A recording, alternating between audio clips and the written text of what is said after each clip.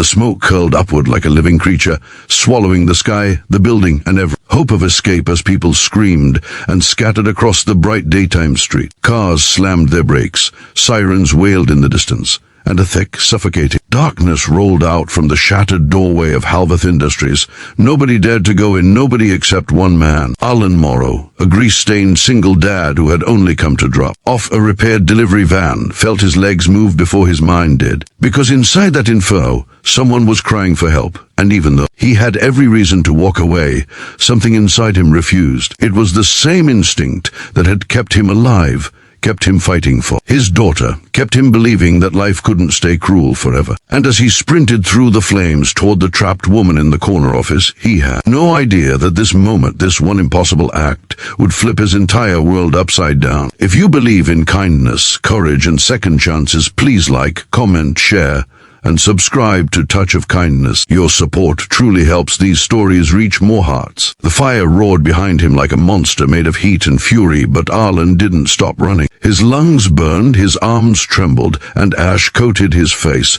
until he looked like he was carved from smoke itself. He didn't know who the woman was, only that she was alive, slumped on the floor, coughing and gasping for air. Her heels were broken, her white blouse streaked with soot, and the sunlight filtering through. The collapsing windows turned her tears into glistening tracks against her skin. He knelt, lifted her into his arms, and felt her clutch his shirt with the last of her strength. She whispered something he couldn't hear over the crackle of burning beams, but her fear pierced him like a knife. He tightened his grip, tucked her head against his shoulder, and ran the way he came, shielding her body with his own as flaming debris crashed around them.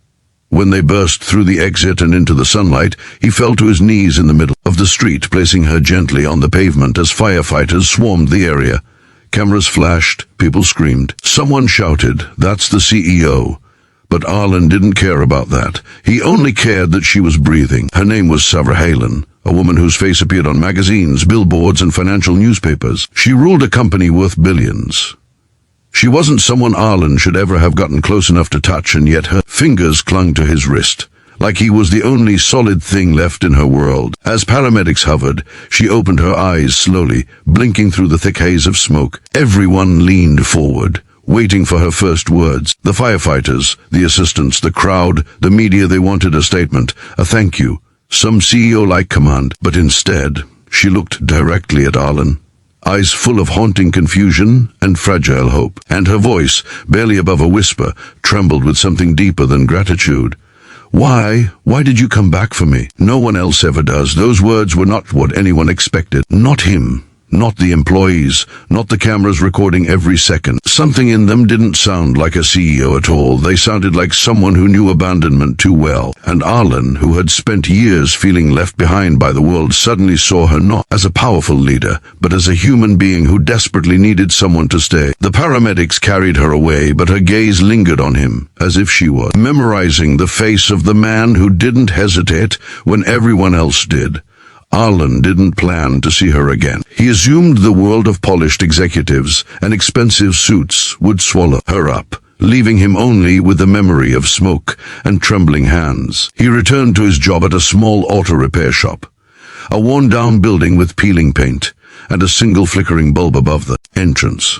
His daughter Mela, 8 years old, with bright hazel eyes that never quite lost their sadness, rushed into his arms the second he entered their tiny rented apartment. She smelled like crayons and cheap shampoo, the kind he bought in travel-size bottles to save money. Arlen pressed a kiss to her forehead as she asked why he looked extra smoky, and he simply told her that Daddy had a long day. He didn't want her to worry, didn't want her to know how close he had come to never coming home. But news spreads fast, especially when a billionaire CEO nearly dies, and a single father with nothing to his name becomes an unexpected hero. The next morning, Savra Halen herself walked into the auto shop, her hair tied back, her clothes simple, her face marked by faint bruises and fresh resolve.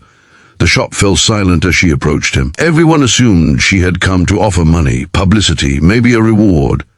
But her purpose was much quieter, much more personal. She asked if she could talk to him alone, and he reluctantly stepped outside, wiping grease from his hands. She thanked him, yes, but not with the glossy, practiced gratitude of someone used to cameras. She thanked him with the raw, trembling voice of a woman whose life had been saved in more ways than one. She admitted that the fire wasn't an accident, it was negligence from someone she trusted, and in the days leading up to it, she had felt like she was drowning under pressure, surrounded by people who only valued her title, not her humanity. When the fire trapped her, she had truly believed nobody would come back through that door, because in her life, people didn't. Yet Arlen, a stranger with nothing to gain, had run toward her without hesitation. She wanted to know why, and Arlen, staring down at the ground, said simply that he couldn't watch someone die when he knew he still had strength left in his body to change the outcome. He didn't need a reason beyond that. For the first time in years, Savra smiled. A real smile, one that softened the sharpness of her CEO exterior and made her look almost young. She asked if he needed anything, any help, any support for what he had done. But Arlen shook his head. He told her he only wanted a quiet life for his daughter, one where she could grow up without constantly seeing him struggle. Savra didn't argue, didn't insist or push. She only asked if she could meet Mela someday because she wanted to thank the little girl whose father had risked everything for a stranger. Over the next few days, Savra visited the shop more than once. She didn't come with security or assistants or reporters. She came alone, sometimes in clothes that still smelled faintly of smoke, sometimes with files tucked under her arm. She watched Arlen work, noticing how he fixed cars with careful hands, how he treated every customer with patience, how he never raised his voice. She learned that he worked 2 shifts, slept very little, and spent his evenings teaching Mela how to draw butterflies on their kitchen table. She learned that he had once dreamed of opening his own garage, but life had beaten that dream into dust. And despite her world being one of power and luxury, she found herself drawn to the quiet strength he didn't even know he had. One afternoon, she visited their apartment. Mila was shy at first, hiding behind her father's leg, but Savra knelt, spoke gently, and offered her a small butterfly clip she kept in her purse, a piece of bright yellow plastic that made Mila smile wide. They spent the afternoon talking, laughing softly, sharing stories neither expected to share. And for the first time in a long time, Arlen felt something blooming inside him that he had forgotten existed: hope. But not everything moved toward peace.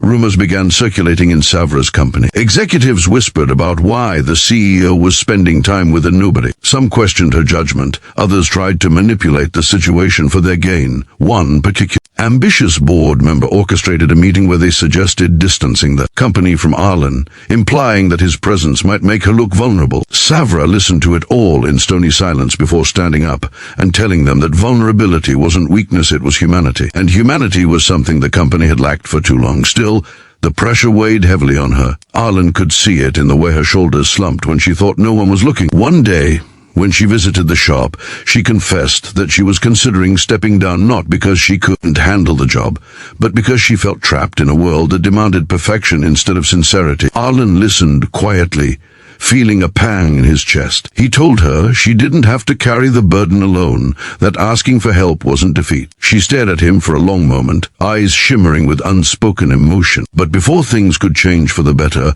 something shook their fragile calm. A news story broke, twisting Arlen's rescue into a fabricated publicity stunt. Reporters swarmed the auto shop, cornering him, accusing him of working with the CEO to gain fame or money. Mala cried when she saw strangers outside their apartment. Arlen felt his world collapsing, the weight of shame pressing down on him, even though he had done nothing wrong. Savra rushed to his home the moment she heard, apologizing with shaking hands, furious at the lies being spread. Arlen tried to reassure her, but the truth was he felt broken. He had saved her life, and somehow, people still found a way to turn his goodness into something dark. The next day, Savra held a company-wide press conference. Cameras flashed, reporters leaned forward, and the entire city watched as she stepped to the microphone. She told the world the truth, that Arlen Morrow risked his life without expecting a single reward, and that the rumors were cruel distortions born from jealousy and fear.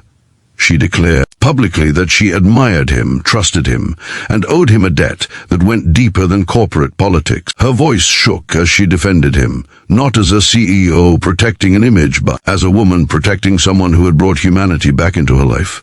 That speech changed everything. Suddenly, people saw Arlen differently, not as a poor mechanic or a publicity tool, but as a man whose courage and sincerity never wavered.